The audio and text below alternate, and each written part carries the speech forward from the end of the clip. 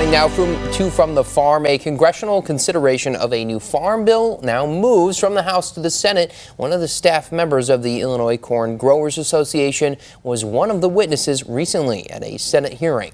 Our ag reporter Stu Ellis is joining us now in studio. Good morning, Stu. Can you tell us more about the bill? Well, good morning, everyone. Megan Dwyer, Director of Conservation Programs and Nutrient Management Issues for the Illinois Corn Growers, was asked by the top Democrat on the Senate Ag Committee to offer her thoughts about what conservation policy should be that's included in the Senate's version of the Farm Bill. Illinois specifically, understanding that, I think most people could agree that every farm field is not the same and has different challenges. But when we look at a state like Illinois, we are so diverse north to south, and ensuring that we have programs that make sense for the diverse landscape that's here. So that was what I was hoping to leave with the members. There was a lot of big issues happening around TA, the technical assistance, and what do we have for capacity for local staff, the budget cuts, so what do we have for program funding? So talking through the needs, and again, I think the core of that is allowing flexibility and innovation to thrive, and maybe that means rethinking what some of these payment rates are in exchange for more flexible programs.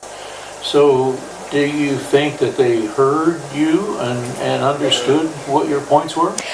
I think there was some really great dialogue both with Senator Durbin and Senator Ernst. So our Illinois, Iowa senators that are on the committee, really seem to take heart and understand the issues that we're facing. Illinois and Iowa are major contributors to the hypoxic zone in the Gulf of Mexico. So the amount of non-point source nutrient loss or nitrogen and phosphorus that might leave a field and end up in the Gulf of Mexico. Senator Durbin's very interested in the dust storms. We just had a very interesting phenomena, earlier in the week with the haboob going up to Chicago and the dust storm up there. And so looking at what is needed to employ conservation at a scalable level in our states is really important to them. What would you recommend to them about that? Yeah, a lot of things. I mean, first of all, it's realizing that, cover crops come up a lot in conversation. And while they have a ton of benefits for a multitude of reasons, whether we're thinking about climate, the agronomic, the environmental, the economic impacts, it's not as simple as just a single practice change. It's looking at this as a whole system and what is needed to help a farmer transition from what they're doing today into this entirely new system.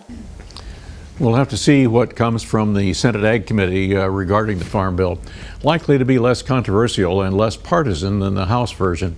Not as much controversy in conservation and other issues, and program funding is the main priority, and we really need to get the Senate on track to do something with the House so there's not a fiasco in farm legislation. So it's an issue that every farmer is watching. Stu, thanks for getting our word in the day there today. You're awesome. All right, have a good weekend. You too. Well, you can, of course, catch this segment and all others on our website. Just head to WCIA.com.